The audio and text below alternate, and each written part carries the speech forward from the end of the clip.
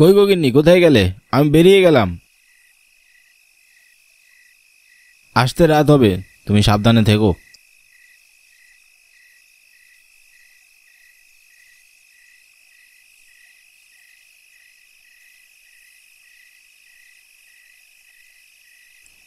আমি কুশল,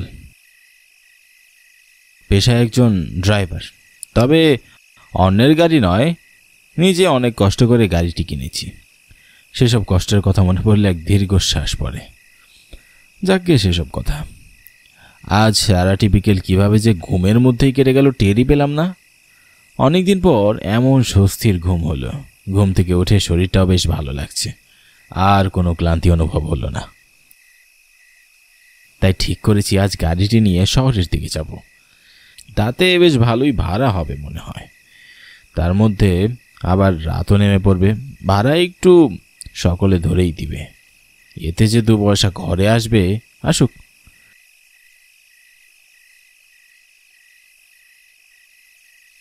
দিয়ে আসলাম। ঠিক তখন আমার চোখে পড়ল রমণী কাকি আর রঘু কাকাকে। রমণী কাকি হতভম্ব হয়ে এসে আমাকে বলল, কি গো কুশল, তোমার তো দেখাই পাওয়া যায় না। এই নিয়ে মোট 3 বার আসলাম তোমাদের বাড়িতে। এসেই শুনি তোমার গিন্নি বলে তুমি নাকি নাক ডেকে ঘুমাচ্ছ, তাই আর ডাকিনি বাপু। আর এখন একেবারে তৈরি হয়ে এসেছি, আর বাড়ি যাব না। তুমি আমাদের একটু পাশের গ্রামটায় ছেড়ে দাও দেখি। নাই মানে বলি কি কাকি, এই ভোর সন্ধ্যাবেলা ওই দিকটায় যাব না গো। তোমরা বরং অন্য গাড়িতে যাও, আমি আজ শহরে যাব। এত না না করিস, আমাদেরও বেশ তাড়া আছে। বিয়ে বাড়ি বলে কথা, দেরি করলে চলবে? এই ভোর সন্ধ্যাবেলা রওনা দিলে যেতে যেতে তো অনেক রাত হয়ে যাবে গো কাকা। আর ওই গ্রামের মাঝারি শ্মশানটাও তো যে ভালো নয়। আমি যাব না, তোমরা অন্য গাড়ি ডেকে নাও। সে তো আরেক ঝামেলা। তুই থাকতে অন্য কাউকে কেন ডাকবো বল? আর এ সময় তো তাড়াহুড়ো করে গাড়িও পাবো না। চলো না বাপু, এমন করছো কেন? 2 পয়সা না হয় বাড়িয়ে নিও, তাহলেও একটিবার রেখে এসো। ভাইজির বিয়ে বলে কথা, দেরি হয়ে গেলে সে 7 কথা শোনাবে। কাকা আর কাকি দুজনেই একেবারে নাছোড়বান্দা, কিছুতেই ছাড়তে রাজি হচ্ছেন না। এ পর্যায়ে আমিও আর না করতে পারলাম না। শেষমেশ তাদের অনুরোধে রাজি হয়ে গেলাম। তবে মনটা সায় দিতে চাইছিল না, কিন্তু কি আর করার, নাছোড়বান্দা হয়ে যেতেই হলো। তাই আর বেশি দেরি করলাম না, রঘু কাকা কাকিদের নিয়ে রওনা দিলাম।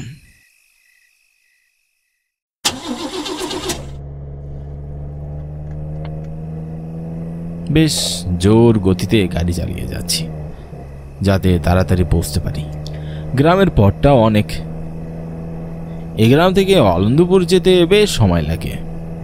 বেশ আন্দাজ করতে পারছি ফিরতে ফিরতে রাত হয়ে যাবে। এমনিতেই সন্ধ্যা নেমে গিয়েছে এর মধ্যে। চারপাশটাও বেশ ফাঁকা ফাঁকা, বেশ জরাজীর্ণ হয়ে রয়েছে। মনে হচ্ছে যেন নিশুতি রাত। কাকা কাকিও যেন কথা বলছেন না, তারাও চুপচাপ। এদিকে আমার বুকের ভেতরটা কেমন ধুকধুকানি বাড়ছে। বেশ ভয়ও লাগছে। সে 2 বছর আগের কথা যেন বারবার মনে পড়ছে। কিছুতেই আর টানতে মন চাইছে না। এদিক গাড়ির গতিও বাড়িয়ে ফেলেছি অনবরত। মন চাইছে এই মাঝপথে তাদের ছেড়ে দিতে, কিন্তু তাদের প্রশ্নের উত্তরে কি জবাব দিব এই ভয়ঙ্কর কালো অতীত তো তারা কেউ জানে না। বেশ মনের আনন্দে গাড়ি চালিয়ে যাচ্ছি পাশের গ্রামে। নতুন নতুন গাড়ি কেনায় বেশ আনন্দ হচ্ছিল। নিজের কষ্টের টাকা যে এত দামি একটি গাড়ি কিনতে পেরেছি ভেবেই অবাক লাগছে। আগে অনেক এরকম রাস্তায় এসেছি, তবে পরিবেশটা এত রোমাঞ্চকর কখনো লাগেনি। গাড়ির জানালা দিয়ে বাহিরের দৃশ্য দেখতে বেশ ভালোই লাগছে। মনে হচ্ছে এই নতুন গ্রামে এসেছি। বাইরের দৃশ্যের দিকে তাকিয়ে থাকতে কখন যে বাচ্চা ছেলেটি আমার সামনে এসে পড়েছে খেয়ালই করিনি। গাড়ির ধাক্কায় একেবারে হুমড়ি খেয়ে ছিটকে গেল দূরে। আমি দ্রুত গাড়ি থেকে নেমে ছেলেটির কাছে গেলাম। তার মাথা ফেটে রক্তের বন্যা বয়ে যাচ্ছে। ছেলেটির কোনো চিৎকার বা হুঁশ নেই। এ দেখে আমি ঘাবড়ে গেলাম। বেশ বুঝতে পারছিলাম আমার বেখিয়ালিপনায় নিষ্পাপ একটি শিশুর প্রাণ গেল।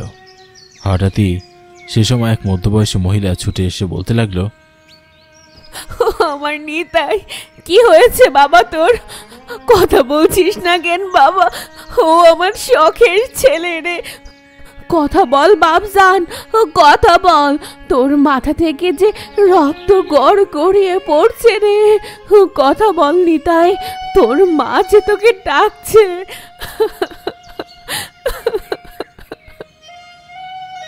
মহিলাটির আর্তনাদে যেন আমার বুকের ভিতরটা দুমড়ে মুচড়ে উঠেছে। অসহ্য এক ব্যথা হচ্ছে বুকের বা পাশটায়। আমি আর সহ্য করতে পারলাম না। খুব অপরাধী মনে হচ্ছিল আমার। আমি কিভাবে এই নির্দোষ ছেলেটাকে মেরে ফেললাম? হঠাৎ এইসব কথা মনে হতেই যেন ভরকে উঠলাম। এর মধ্যে গ্রামের প্রায় ঝুমরি শ্মশানের পাশাপাশি চলে এসেছি। এই শ্মশানে ছেলেটির লাশ দাহ করা হয়েছে। মনে এক অপরাধ বোধ নিয়ে বেশ ভয় পাচ্ছিলাম ওর সাথে। তবে কেন পাচ্ছি জানি না, মনে হতে লাগলো কেউ কানের কাছে বারবার আর্তনাদ করছে। বারবার মনে হচ্ছে এই গাড়িতে আমরা ছাড়াও আরো কেউ আছে। আমি আর এসব ভাবতে পারছিলাম না। মনে হচ্ছে এখনই হয়তো জ্ঞান হারাবো। কুশল, এবার থাম। আর কত দূর যাবি? বিয়ে বাড়ি তো পৌঁছে গেছি। কাকার গলা স্বর শুনে যেন চমকে উঠলাম। তবে তাদেরকে বুঝতে দিলাম না আমি যে একটু ভয়ে আছি। বেশ স্বাভাবিক কণ্ঠে বললাম, অন্যমনস্ক হয়ে পড়েছিলাম। এবার গাড়িটা থামা, আমরা নেমে পড়ি।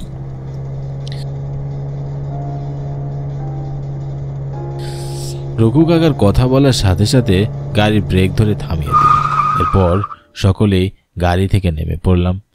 এ সময় হঠাৎ রমণী কাকি বলে উঠল, কি এত ভাবছিস শুনি যে গন্তব্য ছেড়ে অন্য জায়গায় চলে যাচ্ছিলিস? কার কথা ভাবছিলে গো? নিশ্চয় তোমার পরম কাছের গিন্নির কথা।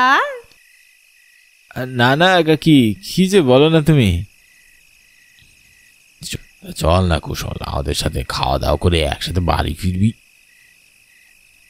না গো কাকা, আজ না, অনেক দিন।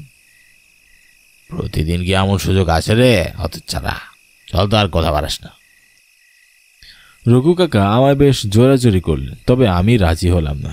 এক পর্যায়ে তারা আমার কাছে হার মেনে বিয়ে বাড়িতে ঢুকে গেল।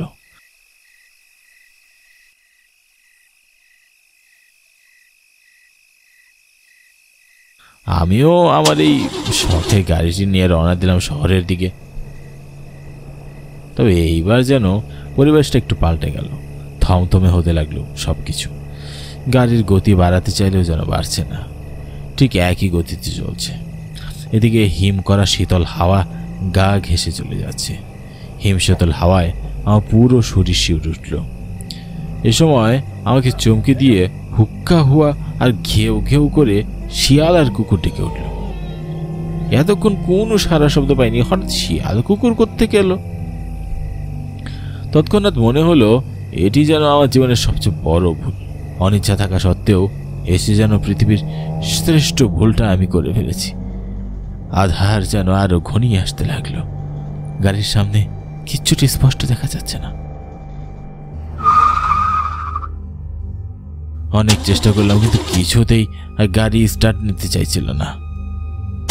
গাড়িটি থেকে নামতেও মন চাইছিল না, তবে নিরুপায় হয়ে নামতেই হলো। নেমেই খেয়াল করলাম শ্মশান বরাবর দাঁড়িয়ে আছি। শ্মশানের প্রবেশ পথটার দিকে তাকাতেই বুকের ভিতরটা খচ করে উঠল। সবকিছু আরো থমথমে স্তব্ধ হয়ে গেল। সবকিছু উপেক্ষা করে আমি চটজলদি চাকার দিকে তাকিয়ে দেখতে লাগলাম আসলে সমস্যাটি কোথায়। তবে তেমন কিছু দৃষ্টিগোচর হলো না। তাই গাড়িতে উঠে বসতে যাবো এমন সময় চোখ গেল শ্মশানের দিকটায়। আমার চোখ দুটো যেন অজান্তে বড় বড় হয়ে গেল। হে যেন এক অবিশ্বাস্য ব্যাপার। কিছুতেই যেন নিজের চোখকে বিশ্বাস করতে পারছিলাম না। অনবরত শরীর থরথর করে কাঁপতে লাগলো। বুকের ভেতরটা অজানা এক ভয়ে হাহাকার করে উঠল। কি করব বুঝে উঠতে না পেরে এমন সময় চোখের সামনে উপস্থিত হলো সেই মহিলাটি, যার সন্তান আমার গাড়ির সাথে ধাক্কা খেয়ে মারা যায়। তবে সেদিনের মহিলাটি আর আজকের মহিলাটির মধ্যে বেশ পার্থক্য। মহিলাটির চোখে মুখে রাগ, ক্ষোভ আর রক্তের রক্তবর্ণ হয়ে রয়েছে তার দু চোখ। পুরো শরীর যেন কেউ তাকে আশ্রে আশ্রে ক্ষতবিক্ষত করে দিয়েছে। মহিলাটি এক দৃষ্টিতে আমার দিকে তাকিয়ে রইল, আর এদিকে আমার বুকের ভেতরটা দুমড়ে মুচড়ে ছারখার হয়ে যাচ্ছে। পালাতে চাইলে যেন মনে হচ্ছে দুপা মাটিতে আটকে আছে, আর কিছুতেই ছাড়ছে না। এ সময় কর্কশ কণ্ঠে মহিলাটি বলে উঠল, বল, আমার ছেলে তোর কি ক্ষতি করেছিল যে তার শাস্তি হিসেবে তার প্রাণটাই কেড়ে নিলে? আমার সন্তান তো অসহায় ছিল, তারপরও তুই তাকে কেন মেরে ফেললি? বল, কেন আমার বুকটা ফাঁকা করে দিলি? আমি জানি আমি ভুল করেছি, দয়া করে আপনি আমাকে মাফ করে দিন। আমি নিজেও বুঝতে পারিনি যে এত বড় একটা অঘটন ঘটে যাবে। সেদিন আমি ইচ্ছা করে আপনার ছেলেকে মানিনি। আপনি দয়া করে আমার বোঝার চেষ্টা করুন, এটি নিতান্ত একটি ভুল ছিল। না না না, আমি বিশ্বাস করি না তুই ইচ্ছে করে আমার ছেলেকে মেরেছিস। আমি জানি। এত কিসের রাগ তোর আমার ছেলের প্রতি? বল, আমাকে এক্ষুনি বল, নয়তো তোর গর্দান আমি নিয়ে নিব, আর সেই রক্তে আমার ছেলের আত্মাটার মুক্তি দিব। দয়া করে আপনি আমাকে মারবেন না, দয়া করে আমায় ছেড়ে দিন। আমি আপনার ছেলেকে ইচ্ছে করে মারিনি। দয়া করে আমার কথাগুলো একটু বোঝার চেষ্টা করুন না। তুই আমার কোল খালি করেছিস, আর আমি তোকে এত সহজেই ছাড়বো? কখনো না। সেদিনের ওই ঘটনার পর আমি নিজেও আর বেঁচে থাকতে পারিনি। নিজের শ্বাসকষ্ট আর হার্ট অ্যাটাক হয়ে আমি নিজেই মারা যাই। আর আজ তোর পালা, আমার ছেলের মৃত্যুর প্রতিশোধ নিব। একথা বলে মহিলাটি আমার গলায় এক হাত দিয়ে চেপে ধরলো। আমি যেন আর কিছুতেই নিঃশ্বাস নিতে পারছিলাম না। প্রাণ চাই চাই অবস্থা। বাঁচাও বাঁচাও বলে চিৎকার করতে চেয়েও যেন পারলাম না। মুহূর্তেই সব কিছু স্তব্ধ হয়ে গেল। চোখ দুটোর সামনেও যেন ঘনিয়ে এলো কালো আধার। প্রাণটা বেরিয়ে গেল।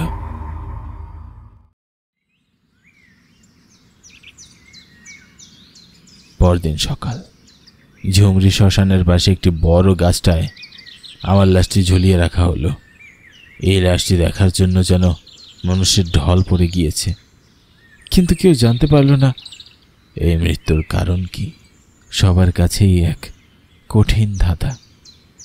তবে আসলে কি আমি সেদিন দোষী ছিলাম?